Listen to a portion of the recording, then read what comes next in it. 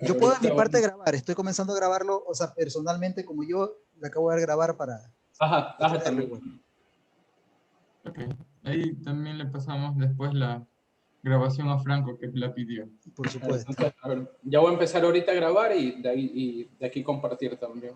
Listo, Robert. Entonces voy a prepararme yo también con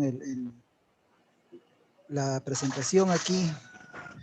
Espero ser breve, si no me cachetean nomás si estoy hablando. No, no, tranquilo, nomás que esto es una reunión entre panas para filosofar y hablar de cuestiones importantes. A ver, vamos a poner aquí en video en directo.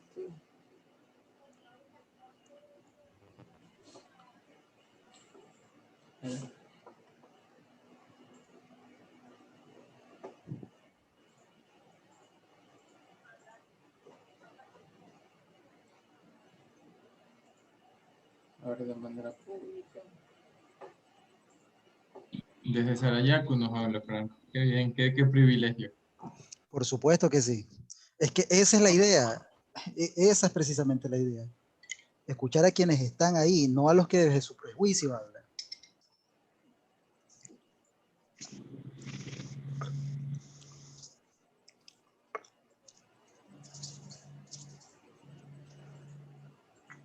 A ver, creo que ahí. Tú estás en Quito, Javi. Sí, desde Quito estoy. Ahorita ya vamos a iniciar en 1, 2, 3. Ya. Bien, comenzamos. Entonces, empezamos hoy el conversatorio El movimiento indígena en las elecciones de 2021 frente al gobierno de Guillermo Lasso. La razón de hacer este conversatorio es por toda la polémica y además la importancia histórica que han suscitado los resultados de las últimas elecciones. Hay una especie de ambiente confrontacional. No comienza esto con las elecciones, esto viene desde antes, ¿no? Primero, ya hace más de una década, 14 años, si contamos, y tenemos que contarnos al gobierno de Lenín Moreno como parte de los gobiernos digamos, el movimiento correísta, por ponerle un nombre, ¿no? Con todas las vicisitudes y rupturas que hayan tenido, pero ganó como parte del movimiento del correísmo Lenín Moreno, y esta es la primera vez en 14 años que tienen una derrota en unas elecciones presidenciales. Y por supuesto que esto es un evento trascendente para el Ecuador. Sin embargo, el movimiento correísta sigue siendo el más votado. Si vamos a nucleares, los movimientos uno por uno, el Hermano, movimiento... Dígame, disculpa que dime. te interrumpa, es que se interrumpió el video en vivo. Voy a iniciar otra vez como que la transmisión. Dele nomás, hermano, con todo gusto. Disculpa, hermano. Pero te entendí, Roberto.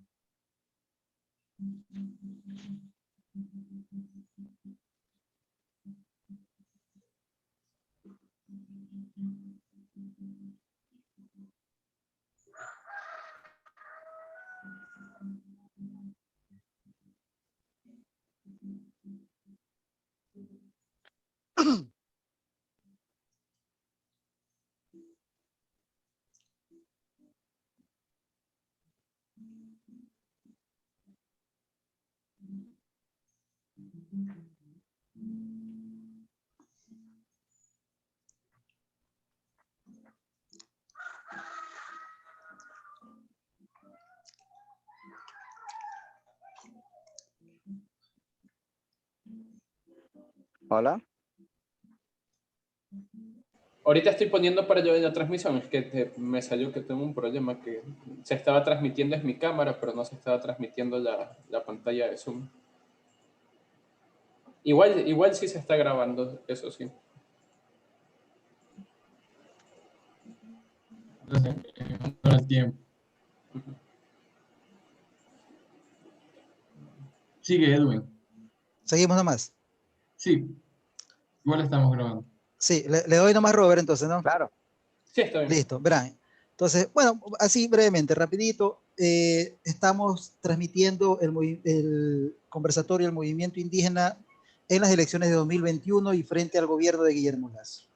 Este es un evento para hacer un análisis sobre, como tema principal, la participación del movimiento indígena en las elecciones que acaban de ocurrir y sobre todo cuáles son las perspectivas de este movimiento ante lo que se supone va a ser el cumplimiento o no cumplimiento, depende de las propuestas de Guillermo Lasso. Entre esas, por ejemplo, una muy importante, la de la duplicación de la frontera petrolera, que ya lo ha anunciado Lasso entre sus propuestas. Es necesario este análisis porque, como decíamos, esto es un hecho histórico muy importante para el Ecuador. El correísmo desde hace 14 años ha tenido continuamente el Poder Ejecutivo, la Presidencia de la República, sigue siendo el movimiento más votado, ya no con la contundencia que tenía años atrás, por supuesto, pero sigue siendo el movimiento, al menos electoralmente, más importante del Ecuador.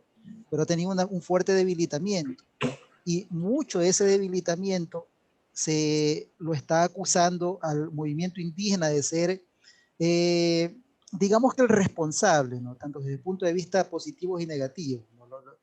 Hay una especie de prejuicio, ¿no? De quién es o no la verdadera izquierda. Hay voces entre esas personas a las que yo aprecio mucho, sin embargo no estoy de acuerdo con su pensar, ¿no? Con su postulado, ¿no? El movimiento indígena se ha derechizado, votó nulo para que gane Guillermo Lasso, dicen algunos, o votó por Guillermo Lasso directamente, dicen otros. Entonces, la cuestión es que para entender estos temas hay que escuchar a los actores de estos temas, hay que escuchar a las personas que de verdad participaron en, digamos, lo que fue la gesta de octubre y sobre todo los que han venido teniendo una participación histórica con el movimiento indígena, que ha tenido también un importantísimo repunte electoral. En la asamblea lo vemos, ¿no? La distribución de los asambleístas. La asamblea está compuesta por 48 asambleístas del movimiento UNES, el movimiento correísta, por decirlo así, que es el más votado, pero le sigue el movimiento Unidad Plurinacional Pachacuti con 27 asambleístas. Y ya de lejos le sigue el tercer movimiento, que es la Izquierda Democrática. Entonces, al menos los movimientos que se declaren de izquierda o se supone son de izquierda, forman de largo la mayoría en esta asamblea. Por lo tanto, esto es inédito y es muy importante analizar esta perspectiva. Para esto hemos invitado a Franco Viteri Gualinga, quien nos acompaña desde la comunidad de Sarayaco. Él es dirigente histórico del pueblo de Sarayaco y ha sido expresidente de la Confenidad. Entonces, por supuesto que es un actor de bastante peso e importancia en las luchas del movimiento indígena. Tenemos a Javier Viteri Ramos, él es economista, compañero mío en la universidad, en este momento es maestrante de la Universidad Andina Simón Bolívar. Él es un activista ecológico y más importante que lo anterior, él ha vivido también dentro de la comunidad amazónica Sarayacu. Él ha hecho enseñanza con los niños, con los jóvenes allá, y ha vivido pues sus vicisitudes, ¿no? Y también fue un actor, digamos, en el paro de octubre.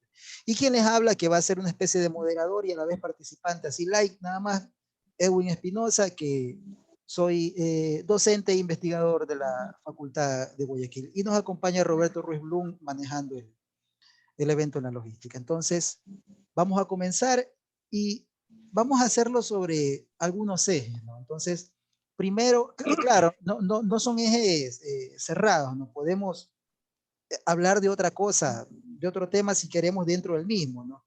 Pero vamos a comenzar con estos 5 ejes. El primero, ¿por qué las provincias amazónicas dieron un contundente y evidente rechazo al correísmo, al correísmo en las elecciones de abril de 2021? Entonces, si comenzamos con Franco, por favor. Sí, o sea, es muy claro. Por ejemplo, ayer yo escribí, Correa tenía una buena propuesta que aprendió de los pueblos indígenas, que era proteger y dejar el petróleo bajo el suelo. Esa propuesta se llamaba Yasuní. No lo sostuvo, nunca consultó con las bases y luego lo cambió y siguió con el extractivismo. Amplió la frontera petrolera al permitir que se siga prácticamente sacando el petróleo. Y ahorita hay problemas en la comunidad de Armadillo. Los militares están controlando ahí porque la empresa petrolera quitó empleo local a los compañeros guaraníes. Esos son los resultados de eso. Y hay un sentimiento anti-extractivista en la región amazónica. Hemos visto nuestros ríos destruidos, nuestra selva nuestros animales y todo lo que es nuestro mercado, en este caso, o sea, que es la naturaleza, en este caso, la Amazonía. Entonces, ese es uno de los puntos. Lo otro es que el concepto de revolución ciudadana no es inclusiva, ¿no? Entonces, cuando hablas de ciudadano, que es un concepto europeo, griego, romano, significa que ¿dónde queda el runa? El concepto de runa mani. ¿Dónde queda el sacharuna? ¿Dónde queda el yashingo, digamos así, que son entidades, digamos, instituciones de la selva que están en los árboles, que están allá? Eso solamente lo pueden entender con el ayahuasca. Entonces, eso es lo que nunca comprenden los gobernantes, nuestra espiritualidad, nuestra forma de relacionarnos. Tú me ves ahorita aquí en un ambiente te puedo mostrar, con selva, y este es el territorio de mi tío Sabino Hualinga, un maestro, un abuelo que tiene la capacidad de entender esta selva. Ni biólogos ni botánicos lo podrán hacer. Entonces, ese estudio lo tenemos nosotros. Entonces, desde esa perspectiva, nosotros nos hemos opuesto al extractivismo. Y el socialismo del siglo XXI se parece al capitalismo. Es extractivista. Es igualito. O sea, hace 200, 300 años empezó la revolución industrial y seguimos con eso. Y tenemos los derechos de la naturaleza en la Constitución. Al mismo tiempo lo escribe y lo borra con el codo, porque el Ejecutivo tiene la potestad de, en última instancia, decir si va una petrolera o no una minera. Ese es el otro aspecto. El otro aspecto es el aspecto de no saber escuchar. O sea, un gobernante no significa imponer. El gobernante tiene que saber escuchar los diversos criterios y saber consensuar y hacer que la discusión sea entre los distintos intereses que tenga la sociedad, entre sociedad. El gobernante lo que tiene que actuar es como un moderador, como un mediador, para que las distintas propuestas existentes en el Estado ecuatoriano concilien o se pongan de acuerdo para salir ganando cada uno. Un ejemplo claro sería, por ejemplo, para nosotros aquí, energías alternativas, hablar de un Ecuador pues postpetrolero, superar la dependencia de la energía fósil, ¿no? El sistema de paneles solares que nos vendría bien a nosotros en este momento por el tema de la conectividad para que nuestros estudiantes, nuestros alumnos, nuestros profesores puedan estar conectados. Entonces, toda esta gama de criterios es lo que hizo que nosotros, al menos yo personalmente, yo he tenido un juicio cuando fui presidente de la CONFENIE por las movilizaciones. Yo logré sacar una empresa petrolera en el 2002, poner en juicio al Estado ecuatoriano siendo presidente, pero la pelea no fue mía, la pelea fue de los niños, mujeres, ancianos, dirigentes, curacas, ellos fueron los que pelearon. Yo he sido solo su portavoz. Me pidieron reelegir y nunca acepté la reelección porque necesitamos un relevo. Uno se cansa, uno se puede corromper. Entonces el socialismo al estilo de Mao Zedong, al estilo de Fidel Castro, eso no funciona porque el poder corrompe. Necesitamos siempre hacer relevos. En ese sentido, yo creo que no te respondió todo, pero a la primera pregunta yo podría decir eso, y también la forma como él trataba, o sea, como él peyorativamente, burlescamente trataba la opinión del otro, descalificaba. Tú no puedes descalificar la opinión del otro por así nomás, o sea, tienes que te argumente bien. Entonces, uno también tiene que entender, o sea, ponerse el zapato del otro. Eso es lo que no hizo Correa. De ahí que haya sido un economista, bueno, no me consta. Al menos en términos amazónicos, porque la economía acá tiene otro concepto. Listo, muchísimas gracias, Franco. Muy interesante ese concepto, ¿no? La revolución ciudadana en sí misma es un concepto excluyente por el mismo hecho de concebirse ciudadana, no es para los citadinos, para la gente de la ciudad. No es un concepto, o sea, es un concepto bien eurocentrista, ¿no? Centrado en la formación de grandes ciudades, no en la concepción ni siquiera del campo, por decirlo así, como lo entienden los marxistas, ¿no? Sino como lo entienden en general la izquierda occidental tradicional, ¿no? O sea, sino había un desentendimiento de cómo piensan las personas, por decirlo, no sé si será el término correcto, pero por decirlo a mi modo, las personas no integradas o al menos no directamente integradas al sistema capitalista y que además no están con muchas ganas de integrarse tampoco, ¿no? Como creería Sí, la visión hay otros occidental. factores también. Ya. Hay otros factores que debes apuntar bien, porque hay pocas veces tener este tipo de diálogos con gente que estamos acá en la selva y que hacemos política desde la selva.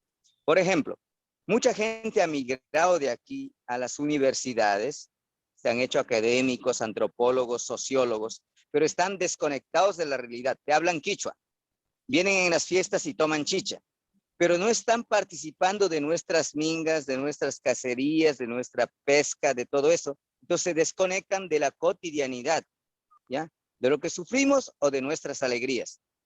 Entonces empiezan a imponer el interés citadino, que es tener un empleo, un puesto público, y por intereses, no, yo me arrimo acá porque ahí tengo asegurado 4 años de empleo o 15 o 30 años de empleo, cambiándome de ahora de la gobernación al MIES, del MIES luego a Petroecuador y así asado. Eso es lo que estaba pasando con la Revolución Ciudadana. Y no había, en cambio, en estos 4 años puede llegar otro y los actores que comanden, digamos, en este caso las instituciones públicas serán otros, pero en 30 años va a haber mayor corrupción, porque la corrupción se genera incluso en la familia. Por el hecho de ser responsable, entonces yo aplico el nepotismo, porque como soy ministro, entonces pongo a mi familiar allá, pongo a mi familiar acá, pongo a mi familiar acá. Eso genera un nepotismo de 30 años, no es posible. O sea, ese tipo de conducción política no es democrática.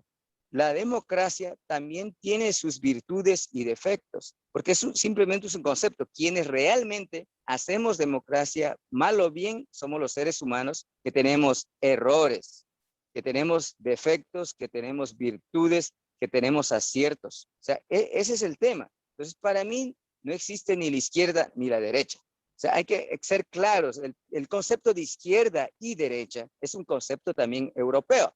Cuando se sentaron ahí en Francia, los que estaban con el pueblo a la izquierda y los que eran un poco más conservadores y que querían mantener el tema de élite, se sentaron a la derecha. Eso pasó hace 200 y pico de años. Entonces, desde ahí viene esa cuestión. O sea, entonces nosotros hemos asumido, en cierta manera, hemos asumido esos conceptos. Pero, por ejemplo, yo te digo un ejemplo claro, Dolores Cacuán, la primera presidenta de la Federación de Indios del Ecuador.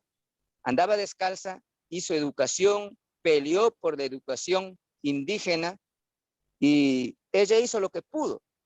Pero en esas épocas, digamos, el socialismo, los conceptos del materialismo histórico de Marx, el socialismo, el capitalismo, tenía un buen análisis. ¿Qué hizo la derecha en esa época? Infiltrarse ahí para tergiversar desde adentro, atacar al enemigo desde adentro, con sus propios conceptos. Entonces, eso es que y de eso no se dieron cuenta. Por ejemplo, Mao Zedong hizo la revolución cultural, ¿no? Castro se quedó como 30 y pico de años cuando debía haber dado paso a las nuevas generaciones, debía haber dado paso a las mujeres, o sea, a todos. Ahora yo mismo estoy sufriendo esto. Te lo digo la plena, sí, hablando claro. Por ejemplo, la CONAIE debería hacer que una mujer llegue al poder. No tanto porque sean las mejores o no tanto porque ellas pueden solucionar todo, sino porque es el momento histórico. Incluso entre nosotros no somos democráticos. O sea, todavía mantenemos el patriarcalismo. Y esta nueva CONAIE debe ser conducida por una mujer con el apoyo de hombres que han podido también estar en un proceso transparente, honesto y comprometido con el pueblo.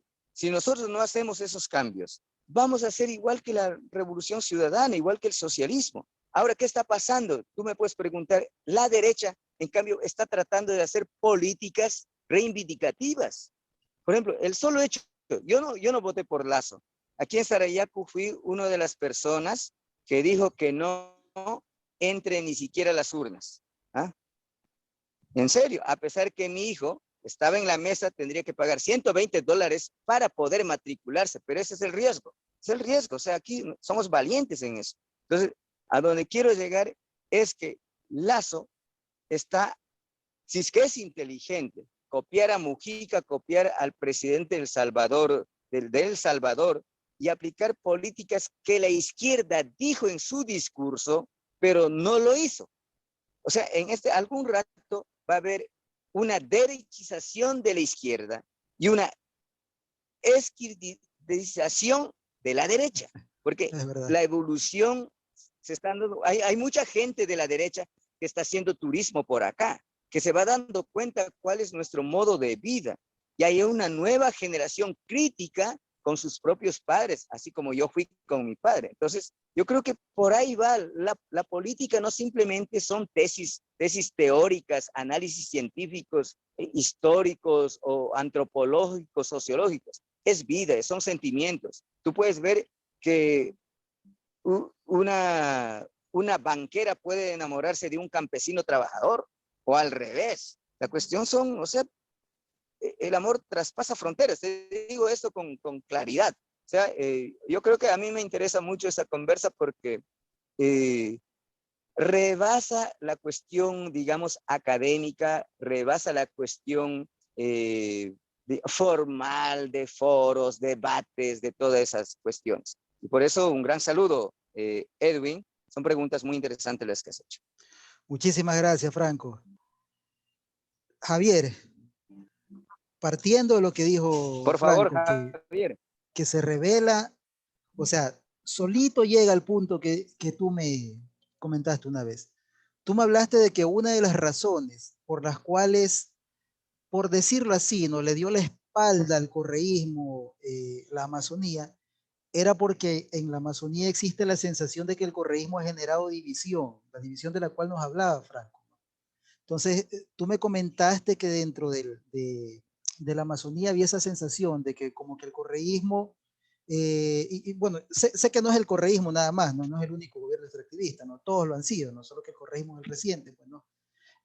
Ha generado eso, genera un nivel de conflicto que genera pues esa sensación de incomodidad que los hace optar por desechar al correísmo como opción. ¿Nos podías hablar de eso, Javi, desde tu experiencia como una persona que ha habitado en estos lares? Bueno, ¿qué tal? Qué gusto poderlos saludar dentro de este espacio súper abierto y más que todo súper diverso. Lo que yo puedo decir con respecto a este tema, a este sentimiento sobre el correísmo, que es claro lo que ha dicho Franco, ¿no? Franco ha dicho este sentimiento que han podido desarrollar los pueblos indígenas con respecto a la persecución, la ampliación de la frontera petrolera, el nuevo catastro minero y todo el extractivismo en su conjunto que fue impulsado por la Revolución Ciudadana.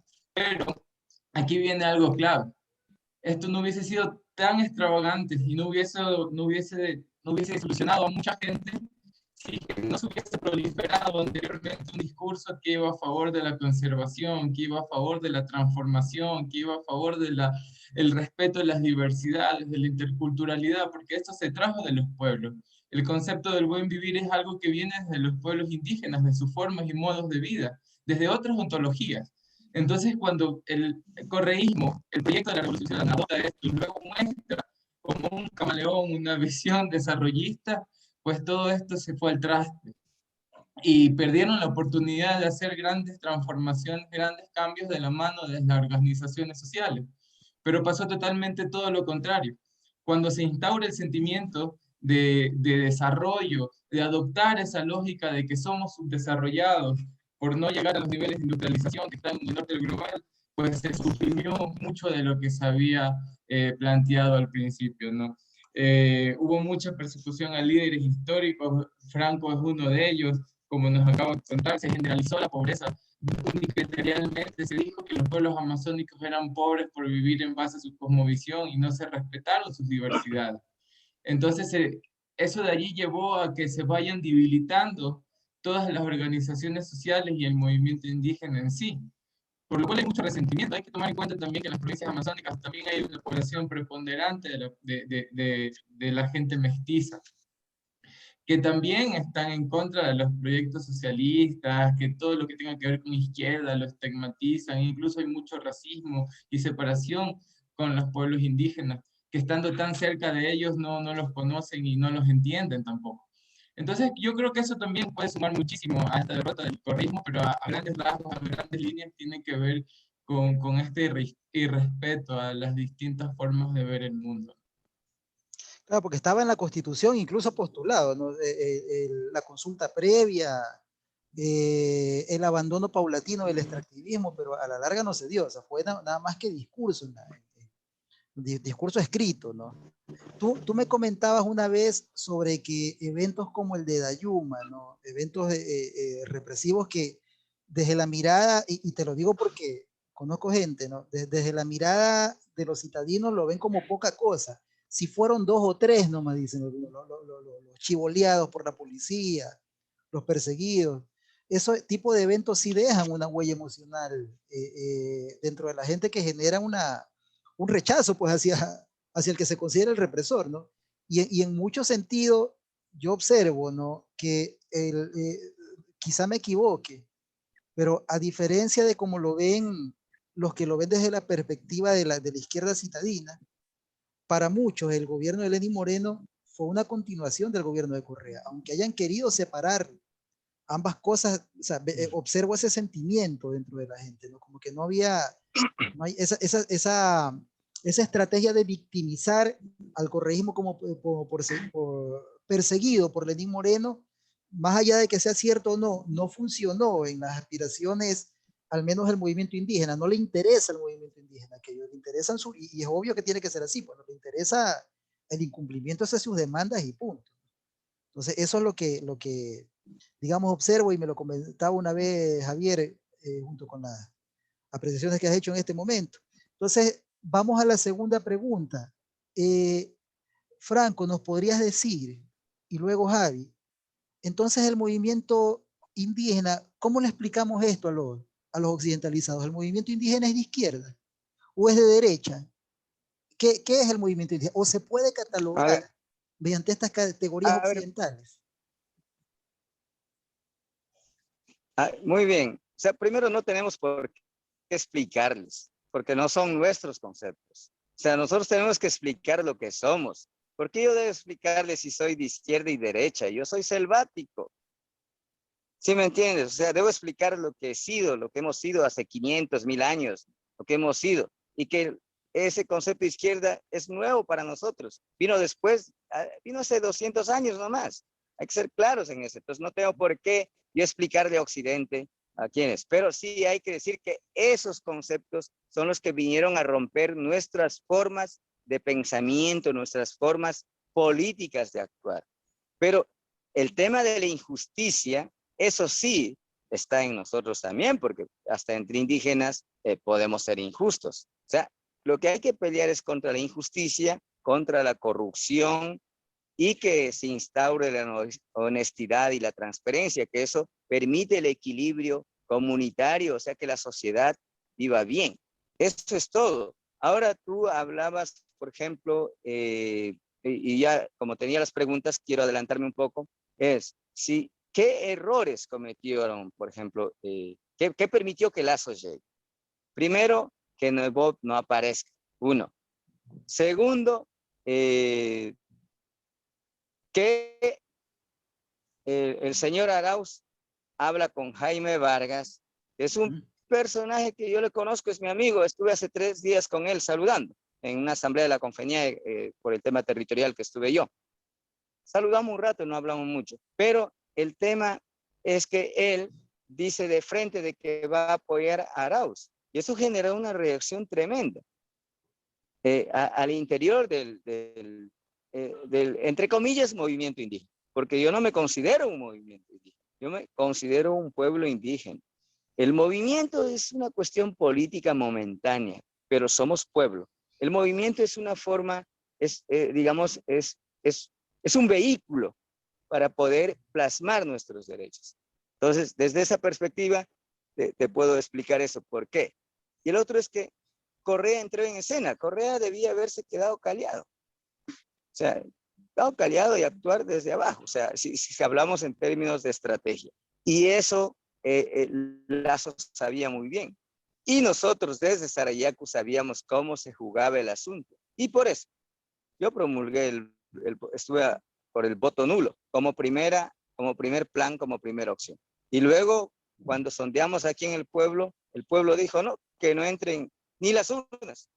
Y uno tiene que ser obediente a la mayoría. Entonces, eso es lo que hicimos. Y ahora estamos ahí, o sea, no hemos sido ni Lazo ni Correa. Pero con el gobernante que venga, por ejemplo, digamos, ahora no hubo un fraude tan, digamos, grande como hubo en la primera vuelta. ¿Ah?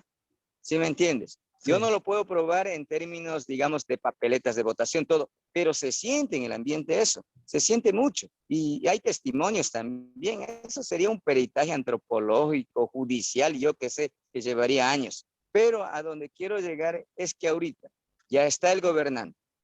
Y aquí los temas de movilización tienen que cambiar. Siempre nos han dicho tirapiedras, ¿ya? Que somos vandálicos. Entonces propongámoslo, o sea, invitemos, por ejemplo, al empresariado a decir, ¿cómo piensan generar empleo? Los pueblos indígenas tenemos que ir con una propuesta. Nosotros tenemos un banquito aquí, un banco, que lo hicimos con el dinerito que nos dio el Estado cuando le ganamos el juicio. Y ahí andamos pataleando. Por ejemplo, a mí me impresionó un poco esto del Banco del Pueblo, creo que generó el Lazo, ¿cómo se llama? Banco del Barrio. El Banco del Barrio, el Banco del Barrio. Cosas muy concretas, pequeñas, pero que generan, porque a mí me han contado los que usan eso. Entonces yo creo que Lazo está con su madurez de ser abuelo, de haber perdido a sus padres y de haber sido un emprendedor. O sea, eso es lo que no hemos podido entender.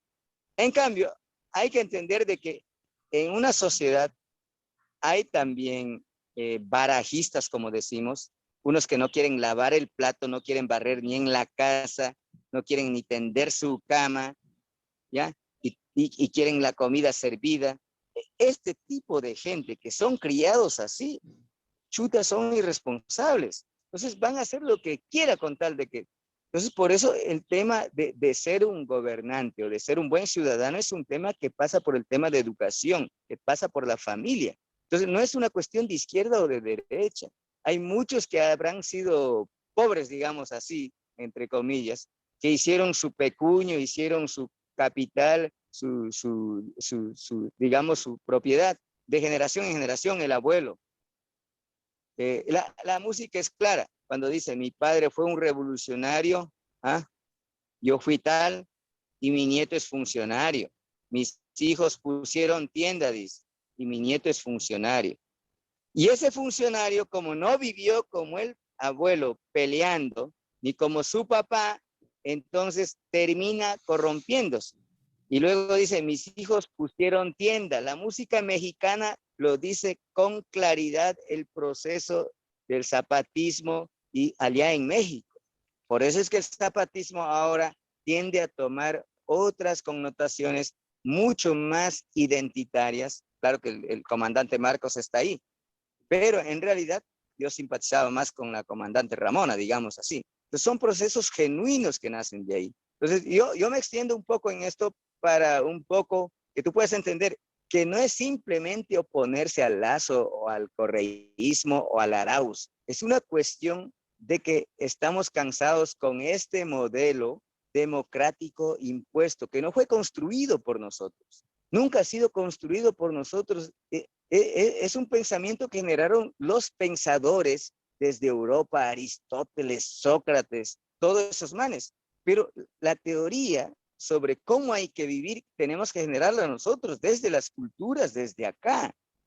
Lo que te acabé de decir, por ejemplo, tomando guayusa, tomando ayahuasca, haciendo un tour por la selva, Estoy tomando durmiendo una, en por la cierto. selva, entender a la naturaleza. Claro, un mate, por ejemplo, un mate, una guayusa. O sea, esa es la conectividad con eso, porque nosotros somos seres que dependemos de la naturaleza. Si destruimos la naturaleza, estamos destruyendo nuestra vida. Es decir, Entonces, yo esa veo por ese lado, Edwin, Sigue, sigue, sigue. Sí, o sea, iba a comentar, ¿no? Es decir, esa dialéctica izquierda-derecha, que es tan importante para los occidentales de izquierda o de derecha acá en las ciudades, es digamos que irrelevante para ustedes. Es más, sus formas de organización son anteriores, ¿no? O sea, yo entiendo que hablar de izquierdas, de derechas, de socialismo, de capitalismo, es en ambos casos una especie de desprecio a las formas organizativas de otros pueblos que no participan de aquella lucha occidental por antonomasia, pues, ¿no? Entre la izquierda y la derecha. O sea, ustedes lo ven desde otra perspectiva, por lo tanto no pueden ser juzgados desde si son la verdadera izquierda o si se derechizaron, cosas así. O sea, así lo entendería yo entonces, según lo que nos comenta Franco. Para traducirlo digamos, a la forma Sí, de verlo como occidental de acá, ¿no? ya. Digamos aquí, o sea, el pensamiento socialista empieza, digamos, con el estudio del materialismo histórico y la lucha de clases de Carlos Marx y Federico Engels. Yo sé leer bastante, pero incluso me puse a leer El Capital y para entender filosofía de Pulitzer, que me dieron a mí. Por último, leí el libro de Marta Hanaker, que cómo hay que volver las estrategias militares, táctica, estrategia, al plano político, que es lo que usó Correa. ¿Ah? ¿Me entiendes? Sí. O sea, todas esas cuestiones. Y después vino el concepto del arte de la guerra, que fue aplicado a todos estos conocimientos políticos, económicos, empresariales. O sea, Sarayaku sabe eso. O sea, no es que estamos atrasados en información ni en estrategia. Entonces, lo que te quiero decir, llegando a esto, es que Marx, con su estudio de economía, pudo estudiar el mundo y se dio cuenta de que aquí las economías en la selva para él eran comunitarias. O sea, porque Claro. teníamos todo, o sea, el Incario, sí me entiendes. Entonces, Sí. él trata de trasplantar toda esa forma de vivencia social a un contexto europeo, que no funciona, o sea, no funciona traspasar estrategias culturales, psicológicas, emocionales, económicas, incluso geográficas. ¿Cómo vas a trasladar un pensamiento económico de aquí, una vivencia económica, al polo norte o al polo sur, cuando allá el ser humano se organiza de acuerdo a su entorno? Entonces, aquí, para armar una sociedad justa, tiene que ser de acuerdo al entorno y al ambiente en que vivimos. O sea, eso tiene que entender. Sí. Entonces, aquí, para gobernar, no solamente hacen falta tesis económicas, hace falta tesis de saber entender cómo funcionan los ecosistemas en el mundo, dependiendo. Y eso, o sea, para gobernar el mundo, realmente tendríamos que estudiar mucho y no debe gobernarlo una sola persona. El poder no debe estar en una sola persona, debe estar en la diversidad. La selva, el páramo, los mares es diverso, nos dan ejemplos de diversidad. Solo el hombre quiere centralizar todo el poder en el hombre. Es antropocéntrico, es egoísta, es caudillista. Es un grave error. Y por último, patriarcal. O sea, son cuestiones que tenemos que romper si queremos democratizar. Para mí, nada queremos quitarles a los ricos. Lo que queremos es que los ricos comprendan de que su economía, sus cuestiones también afecta a la Amazonía. Tal vez podemos ser socios en términos de economía. Ahora, si hay una izquierda en este Ecuador, una izquierda emprendedora, trabajadora, también estamos con ellos. La cuestión es el ganar, sin afectar derechos. O sea, ese es el tema. Nosotros no queremos que venga aquí y pase la carretera, porque con la carretera hay nuevas generaciones que creen que el mundo capitalista es lo mejor, van a coger el carro y se van al Puyo, pierden su idioma, ya pierden su relación con la naturaleza, van a estar en escritorio, van a estar ahí en el karaoke, digamos así, y ya no van a estar en la selva escuchando la canción de las ranas, el ruido de los grillos, que es lo que nos alimenta. ¿Sí me entiendes? Entonces, son Correcto. cuestiones que hay que ver desde esa perspectiva, mi estimado Edwin. Correcto. Muchas gracias, Franco. Javier, ¿qué nos dice sobre este temita? Bueno, aunque mezclamos las dos preguntas ahí, ¿no? La primera sería, y no importa, ¿no? Así démosle. La primera sería, ¿no? Bueno, la segunda pregunta sería, cuáles fueron los errores del correísmo, de los cuales nos habló Franco, ¿no? Que lo llevaron a perder las regiones de la Sierra y Oriente, que al menos en el 2006 fueron las que prácticamente le dieron el poder, ¿no? Ahí fue al revés, ¿no? Ahí la costa fue la votación minoritaria para Correa y la Sierra y el Oriente se le sumaron. Y además, la misma pregunta, ¿no? El movimiento indígena, entonces, ¿cómo lo entendemos? ¿Como un movimiento de izquierda, como un movimiento de derecha? O lo mismo te pregunto, ¿no? Como nos comentaba Franco, o no puede ser juzgado bajo esos parámetros. Sí, bueno, la primera pregunta que me haces, pienso que parte en sí la respondí al principio, pero bueno, tiene que ver con eso, ¿no? Franco ha sido muy específico en todo lo que nos ha compartido. En realidad a mí me da un gusto poder escucharlo y poder sentirnos y dar voces a las voces, como dicen, ¿no? Que están practicando y que están reproduciendo su vida en base a otras realidades. Yo creo que esto es muy importante y es un ejercicio que debemos hacer para poder entendernos y respetarnos en diversidad, en interculturalidad, verdadera interculturalidad. Me voy a referir a esta lógica de izquierda y derecha. Esta lógica de izquierda y derecha lo que ha hecho fue, de cierta manera, generar una dualidad en nuestra sociedad.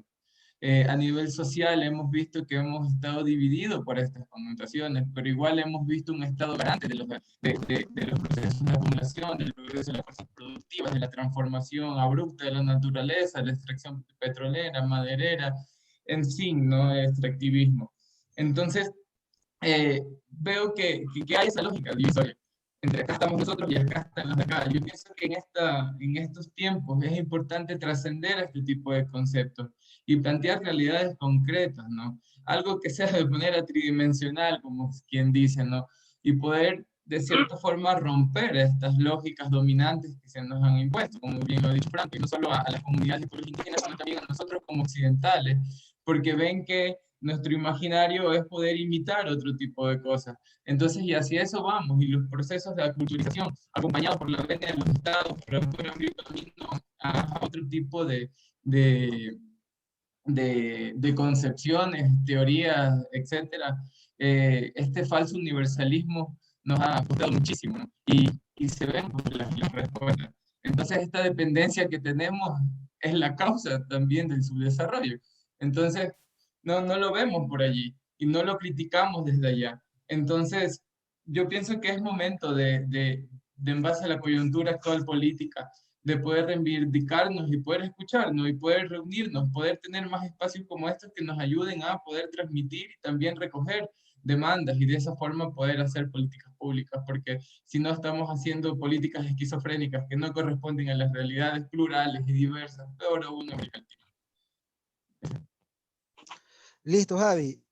Y muchas gracias. Entonces, hablando de realidades concretas, ¿no? Como decías, entonces vamos a un tema muy concreto que parece que se nos viene porque se nos viene. O sea, como cuando uno ve las nubes de lejos, que ya las ve cargaditas y negras y ya sabe que va a llover, ya estamos avisados. O sea, Lazo dijo, él va para alcanzar sus objetivos, que uno de sus objetivos por supuesto, pues no, continuar con el gasto público que se ha venido dando hasta ahora, tratar de mermarlo lo menos posible, así él lo ha dicho, sin elevar impuestos. Por lo tanto, el sacrificio va a ser el de siempre. Las sociedades petroleras en general son sociedades de bajo impuesto. En el Ecuador es una, Qatar es otro, Arabia Saudita es otro, y siempre el presupuesto estatal es financiado con petróleo. Y cuando el presupuesto estatal es insuficiente, pues se amplía la frontera petrolera. Eso es lo que ocurre en esas sociedades. Por lo tanto, como decía Alberto Acosta, en general las economías petroleras tienden a ser represivas, tienden a ser conflictivas por esa razón. Entonces, Lazo ya anunció que va a duplicar la producción de petróleo. Eso muy posiblemente significa un aumento de los conflictos. Va a significar un aumento del extractivismo, sin duda. Entonces, posiblemente significa un aumento de los conflictos dentro de la Amazonía, que es la región petrolera por antonomasia aquí en el Ecuador. ¿Qué nos dice Franco sobre este tema? ¿Cómo van a enfrentar los movimientos indígenas esta propuesta si Lazo llegara a ejecutarla? Mira, Lazo no es presidente todavía, pero ya subieron el combustible. Sí. Eso significa que había un acuerdo, así de sencillo. Y mucha gente dice, es Lazo el que hizo, pero ¿por qué ahora a última hora lo sube Moreno? O sea, cualquiera se da cuenta de eso. Entonces, el extractivismo no solo estuvo no es un pensamiento de Lazo. O sea, Lazo va a hacer lo que dejó, o sea, sobre la escalera que le va planteando el otro. Y desde el Bombita Lara, desde Guillermo Rodríguez Lara, Arcentales y todos estos manes, o sea, desde esa época viene esto, el boom petrolero. Y se dijo que ese es el oro negro y que va a salvar, pero no ha salvado nada. Esa es la realidad. Ahora, sí nos da temor. Hay un complejo petromilitar, Estado y empresa. Lo que está sucediendo ahorita en Armadillo. ¿Ya? Entonces, ¿dónde va el dinero? El dinero va también generado por el petróleo, va a las ciudades más grandes, ¿no? Eso es muy claro porque se llaman distritos, se llaman ciudades metropolitanas, no sé cuántos conceptos tienen ellos, ¿no? Entonces, eso, y nos dejan aquí la contaminación, la basura, nos dejan los desechos. ¿Por qué sucede eso? Porque la mayoría de gente que tiene el control de la administración petrolera en el país no son amazónicos. Son gente que controla desde el Estado Central, que es Quito. Gente que ni quiere la Amazonía, que lo está viendo como un banco de sangre donde saca sangre para luego revivir a otro muerto, digamos así. Entonces, eso es lo que se ha hecho con la Amazonía. Entonces, lo que yo considero es de que hay que venderle la idea a Lazo de que no debe ser así. Por ejemplo, el turismo es una gran alternativa acá.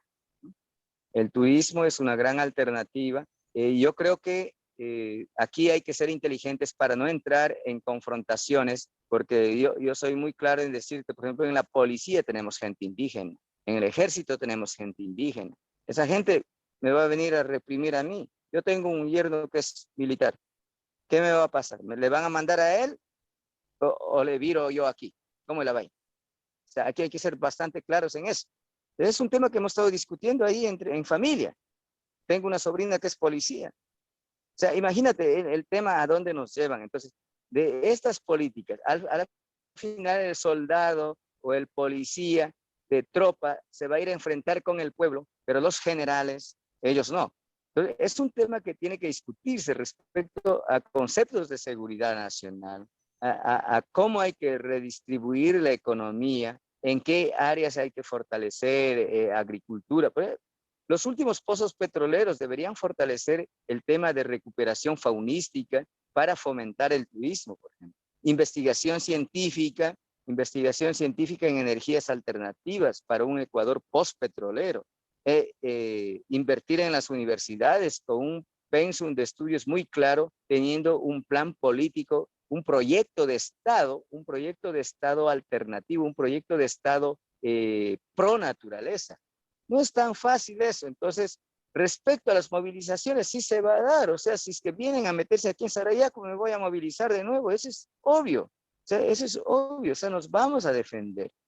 Donde es más difícil defenderse es donde entran las carreteras. Lo que está pasando en Armadillo. Hay carreteras, entonces te meten montones de camiones militares y dentro de esos militares van también gente indígena, ya sea quichua, sea shuar, sea guaorani, sea cofán, secoya o gente indígena de la sierra mismo, ¿no? Esmeraldeños, de todo un poco. Entonces, sucede eso porque con eso le pagan al mismo militar, con toda esta plata que genera el petróleo.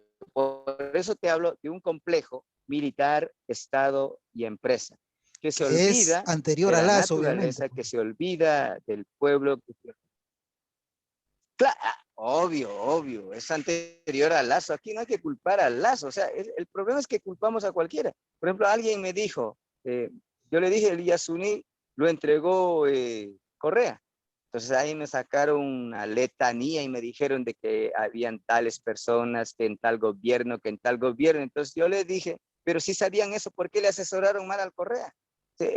Si hubo un feriado bancario, este es un feriado petrolero porque cobró con anticipación, igual que los bancos. O sea, hay que entender desde esa claridad, por eso digo de que no nos conviene ni la derecha ni la izquierda, sino la capacidad de pelea que tengamos de nosotros proponer alternativas. Estas alternativas es movilizar el cerebro, movilizar el criterio, movilizar la propuesta, escribir, ir a los foros, debatir con los ministerios, hacer público estos debates, que el pueblo sepa, porque hasta los medios de comunicación ocultan esto. O sea, a mí me gustaría tener un debate sobre qué tipo de desarrollo económico necesita el país, desde distintas perspectivas, desde las distintas aristas. Hablará el economista, hablará el que hace turismo, hablará el petrolero, hablará el ecologista, el ambientalista, hablará el indio, hablará el albañil, la ama de casa, la enfermera, la doctora, el profesor. O sea, eso no hemos generado un debate sobre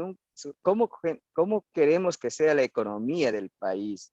Incluso no nos conocemos entre nosotros. Llegó aquí un compañero aquí que estuvo por acá, no me acuerdo el nombre, pero dijo, mira, yo vivo en el norte, en Quito, cerca al estadio Atahualpa. Me dijo eso. Pero yo no conozco muy bien el sur. O sea, Quito Sur. Dijo, estamos acá en la Plaza Foch. ¿Pero cómo? Entonces, pero en las fiestas terminan con pasillos, terminan ahí bailando, pero en ese momento, pero no hay un debate serio entre pueblos, entre gente, entre nosotros, lo que ahora estamos haciendo. Yo no lo considero un debate académico, lo considero un debate y un aprendizaje mutuo de ser humano a ser humano. El ser humano es político por naturaleza. Entonces, Edwin, para mí me parece muy buena esta entrevista.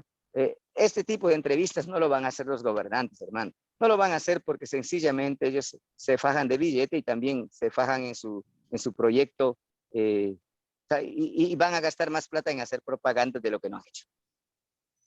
Listo, Franco. Muchas gracias. Javi, ¿qué nos dices tú de este tema?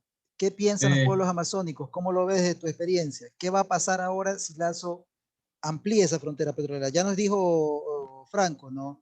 Esto, si ocurre, bueno, quizá con Arauz también hubiese ocurrido. Además, esto es la continuidad de un proceso que a la larga se va a terminar llevando hasta la última gota de petróleo en la Amazonía, esté quien esté en la presidencia, ¿no? Entonces, ¿qué nos dices tú de esto, Javi? Sí, no, es indudable, ¿no? Independientemente de quién llegaba al poder, todos teníamos esa sensación de que tocaba articularse con más fuerza y luchar, ¿no? Porque luchar en el sentido no de una ultranza totalizadora que va a pelear con todo, sino que armarnos en base a los criterios que nos van a hacer defender esta Amazonía, que nos van a hacer defender a la naturaleza, ¿no? Y poder alzar las alternativas, no las alternativas como condición a construir, sino como las alternativas como condición a potenciar, porque las alternativas ya suceden, ya están pasando en los territorios indígenas. Tienen modos de vida distintos y externos al capitalismo que no están dentro de esta lógica. Entonces, lo que nosotros hacemos con llevarles el extractivismo, con categorizarlos como pobres, etcétera, es nada más tratar de incluirlos dentro de nuestra lógica externa, ¿no? 100% externa, sin entender lo que está sucediendo realmente. Entonces, no son alternativas al capitalismo, no son alternativas al extractivismo, sino de cierta forma poder mostrar que hay formas distintas de poder llevar y reproducir la vida a estas lógicas unicriterio, ¿no? Algo que decía Franco con respecto a los ingresos del petróleo, dijo, no, eso no, ni siquiera se queda aquí, y me hace acuerdo de este estudio que hicimos en la facultad, Edwin, tú te vas a acordar, para mi tesis, este índice de desarrollo humano, ¿no? Que es este indicador que se hace en las Naciones Unidas, propuesto por Amartya Sen, que tiene tres dimensiones, no vamos a tratar de hacerlo simple.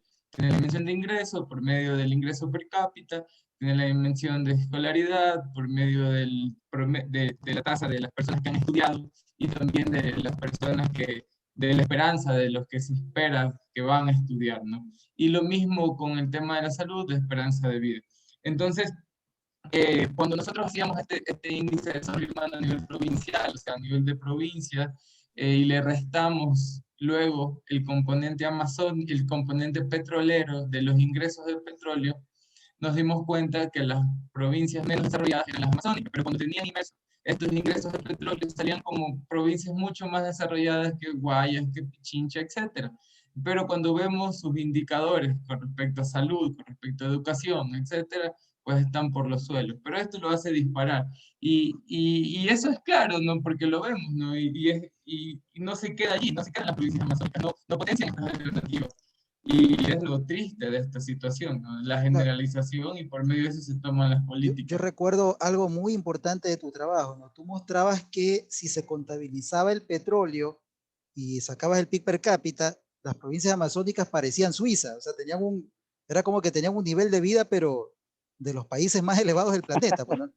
Ah, Pero si le Es descontabas chistoso. el petróleo, o sea, la realidad, porque el presupuesto petrolero sale de ahí, entonces más bien al revés, eran las provincias más pobres del país. Eso es lo que te terminabas demostrando y sin duda, pues es una realidad calamitosa, pues esa muestra. Muestra que en realidad la buena parte de lo que llamamos clase media en el Ecuador está viviendo por el petróleo amazónico. O sea, eso es lo que nos está mostrando ese. O sea, buena parte, el petróleo que sale y que les deja, como decía Franco, que el resultado de la explotación petrolera ya es el residuo del petróleo, la contaminación, la muerte de los animales, pero en cambio ese petróleo sale a las ciudades y allá pues paga el automóvil, paga la casa nueva, paga el edificio de 50 pisos en Quito, paga los lujos que se dan en el Guaya a ciertas familias de San Borondón que tienen contratos con el Estado, que son pagados con el petróleo. O sea, todo aquello, ¿no? Tú nos mostrabas, no precisamente eso, pero a partir de lo que tú nos mostraste, se puede deducir esas realidades, Javi. Entonces, sí, sigue, por favor, Javi, sigue, disculpa la interrupción, pero me No, mencionaste eso. totalmente. Gracias, Edwin. Tú estuviste muy presente déjame cuando un hicimos poco. este estudio. Javier y Edwin. Mira, Sí. el caso es que también es conceptual, por ejemplo, el concepto de riqueza, el Producto Interno Bruto, cómo mide la riqueza el, el país. Primero te dicen que es Producto Interno Bruto. Y segundo, te dicen que qué es calidad de vida, casa de cemento, cocina de gas, refrigeradora, si tienes carro, si tienes un yate, si tienes electricidad y todo. Pero un guaraní no necesitaba eso y era feliz, pues. Tenía aire puro, agua limpia, mucha alimentación, ¿no? Era libre, vivía en paz. Esos son los índices de riqueza propios de los pueblos indígenas, en la que vienen los otros índices de riqueza y la forma de cómo hacen los censos. Una vez llegó aquí un tipo que quiso hacer censo y vino a preguntarme, como decimos, cosas. Nunca me preguntó cuántos pollos tenía para yo poder comer en la semana, 2 pollos, o cuántos plátanos, cuántos pambiles, cuántos peces, qué cantidad de aire puro respiro. Si en la ciudad son pobres con el aire contaminado, podrán tener dinero. Entonces, también es una cuestión conceptual de cómo la gente, cómo nos han metido en el cerebro de que la riqueza es netamente material. Claro, es materia el aire puro que respiras, pero también hay la felicidad espiritual, por ejemplo, ¿no? Que practican los Dalai Lama, que practican muchos ascetas en el mundo e incluso acá. Entonces, el tema es que en las universidades no se está discutiendo este tipo de felicidad.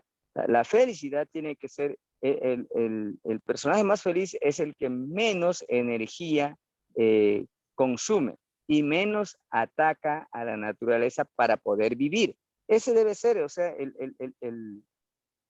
el hombre del futuro, la mujer del futuro tiene que ser la persona que pueda entender que cuando respiramos aire puro y cuando lo contaminamos, estamos violentando el derecho de esa planta a hacer una transpiración pura que nos iba a servir a nosotros y que nosotros con toda esta contaminación le jodemos y luego nos jodemos nosotros. O sea, es un tema que tiene que ver, incluso el tema de la política pasa por la filosofía, pasa por temas conceptuales, por temas éticos, morales, históricos y políticos. O sea, yo veo eso, ustedes son más jóvenes que yo, pero sin embargo les felicito porque sin ustedes, sin este tipo de criterios que ustedes también nos dan, yo también fuera un tipo, digamos, insípido.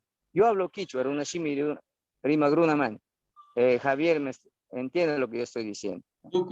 Y soy parte de un mestizaje, ¿no? Pero ¿cómo es que logré comprender? Es por mi madre, pues, porque he vivido aquí, he estado en la selva, he estado acá. Entonces, ¿Cómo eso va a comprender un banquero en apenas unas horas de paseo?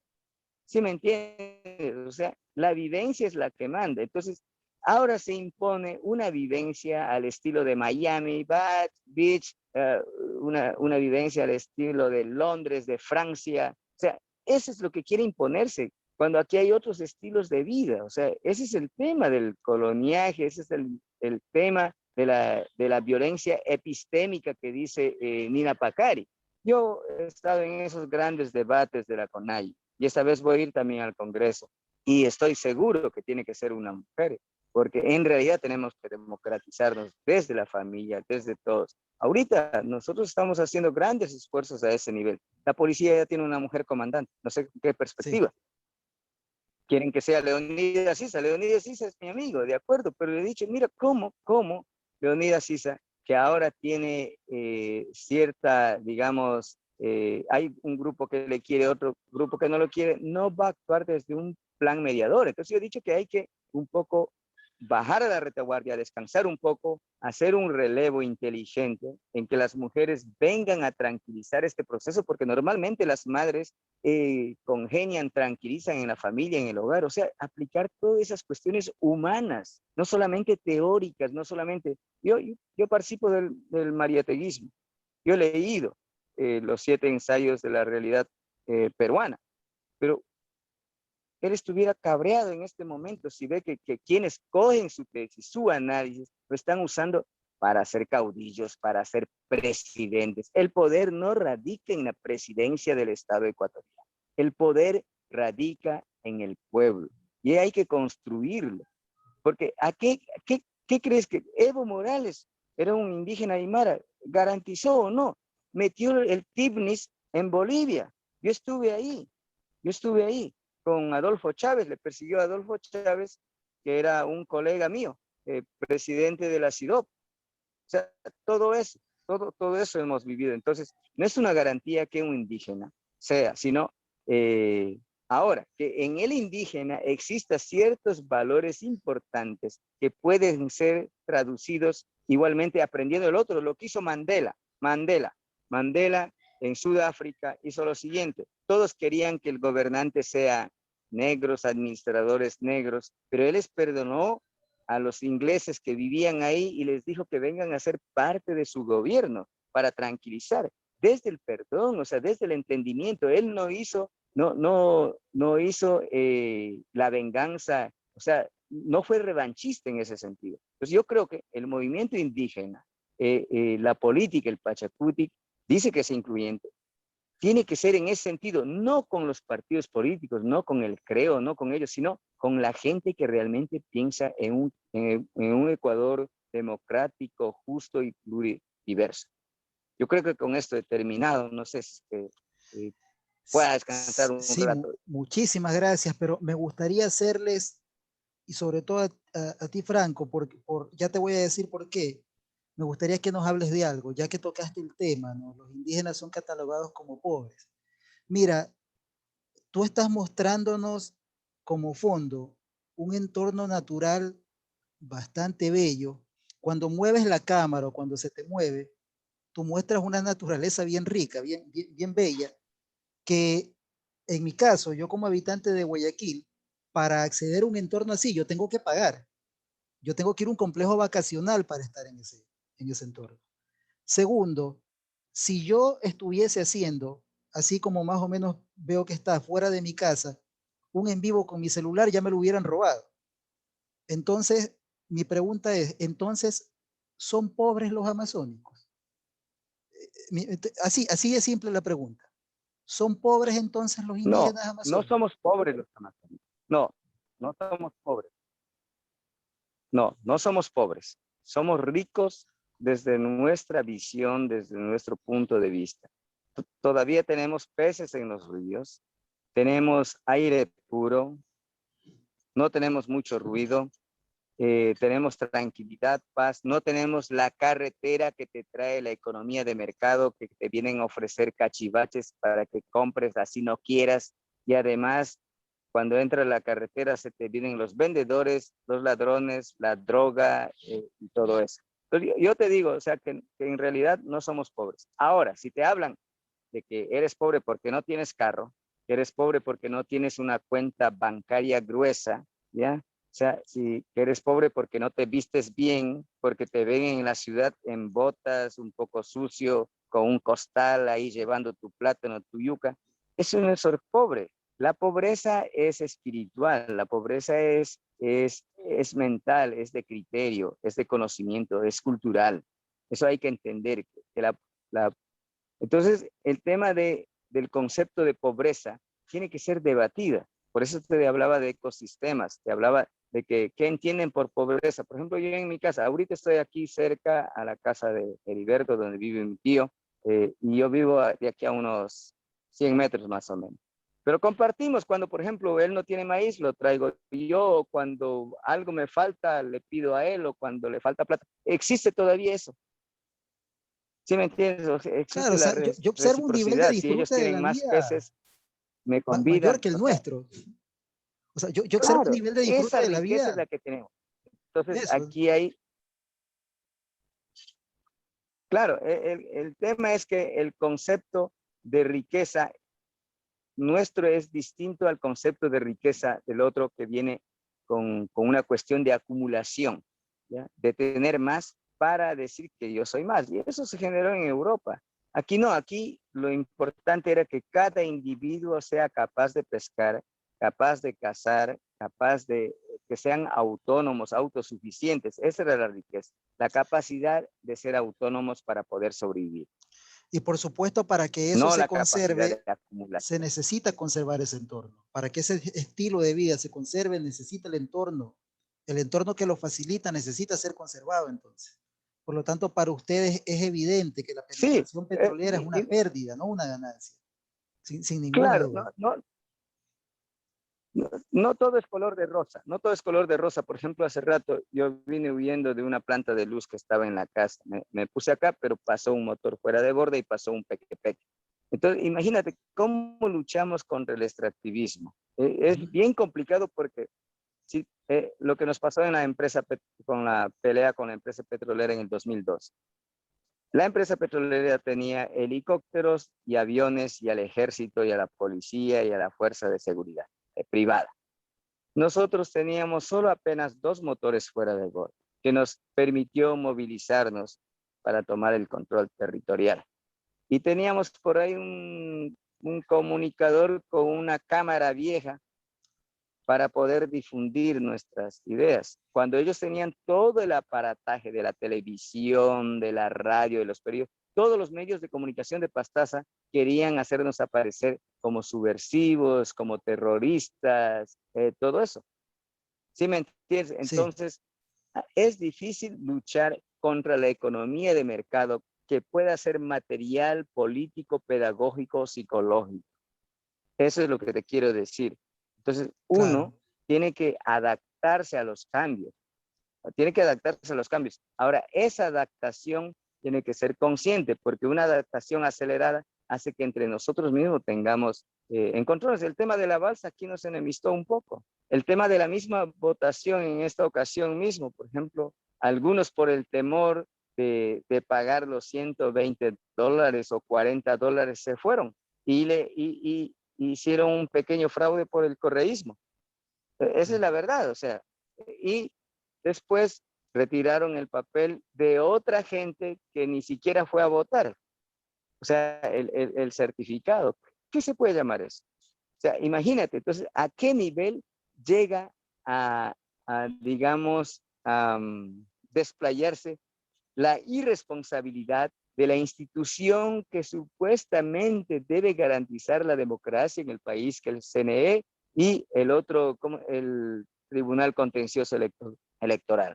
Entonces, si esas instituciones se corrompen y son instituciones que supuestamente en las que el pueblo confía, entonces la corrupción está reinando. Entonces hay que ir con bases científicas, el porqué de la corrupción, porque el ser humano es propenso a la corrupción, es cultural, es económico. ¿O qué sucede? Por ejemplo, hay un estudio que dice de que si yo soy un funcionario público y luego busco un puesto para mi hija, para mi sobrino, por acá les ubico en distintas partes, en distintas provincias, posiblemente soy responsable porque les he logrado un empleo a mis hijos, como familia soy responsable, pero para otros soy corrupto porque estoy aplicando el nepotismo. Entonces, son Correcto. temas súper complejos esto de manejar el poder. ¿Ya? Yo creo que en otra ocasión podemos hablar de estos temas. Sí, Yo quisiera decir de que sigamos adelante con esta conversación, un poco intercambiando correos, armando foros, debates y también buscar otra gente y también mujeres. Espero que en por otro, supuesto que Javier sí. y Edwin, chuta, y nosotros vamos a cocinar, aunque Listo, cocinamos más. muy bien. Franco y Javier, muchísimas gracias por haber estado en esta conversación. Créanme, en serio, yo me siento muy a gusto por haberlos escuchado, por haber aprendido tanto, en serio lo digo. Esto es necesario, esos debates son necesarios y me encantaría, por supuesto, que en algún otro momento de tener ustedes tiempo, de estar dispuestos, podamos volver a repetirlo. Entonces, ¿qué les parece si un mensaje final para cerrar de ambos? Y con esto terminamos. Javi, ¿te gustaría empezar un mensaje final y con esto ya cerramos? También, sí, un mensaje final. Agradecerle a Franco en realidad por tanta información que nos da y que también nos mueve el piso y nos redirecciona, ¿no? En lo que estamos pensando y en lo que estamos soñando también. Algo que quería decir es sobre esta idea del mercado, ¿no? Como que se generalizó y predominó en su forma dominante, ¿no? Y sin entender que antes de la colonización, antes de la economía de mercado como tal, existía ya intercambio, que es lo que nos comentaba hace un ratito Franco, ¿no? Que se minimizaron y se suprimieron para poder dar paso a un mercado totalizador y homogenizador.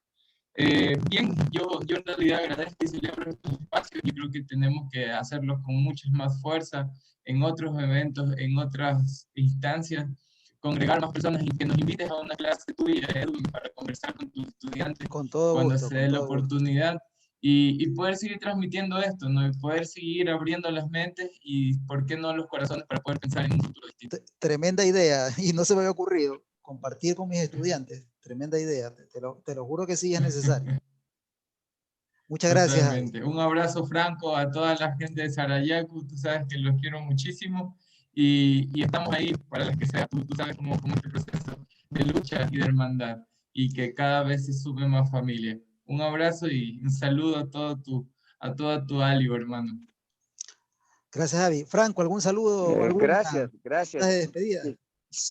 Más que todo sorprendido, también sorprendido y también contento de tener una nueva generación de académicos que están en esta línea.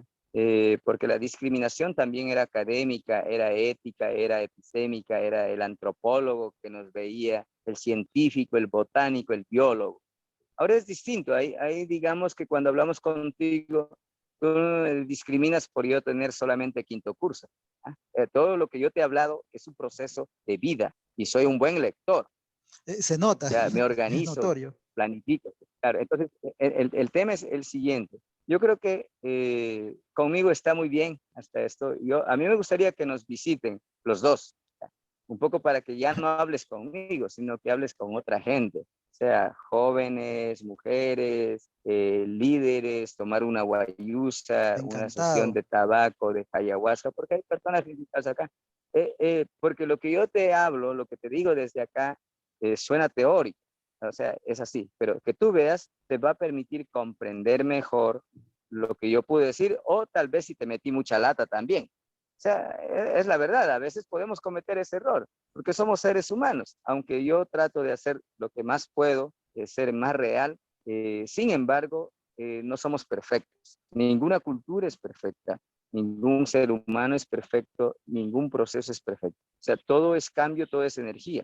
Yo estoy muy agradecido de haberme tomado en cuenta y también considero que lo deben grabar bien esto, grábenlo bien porque a futuro va a ser necesario. Tal vez las clases ya no son la clásica lectoescritura, sino el escuchar. La gente a veces no escuchamos mucho.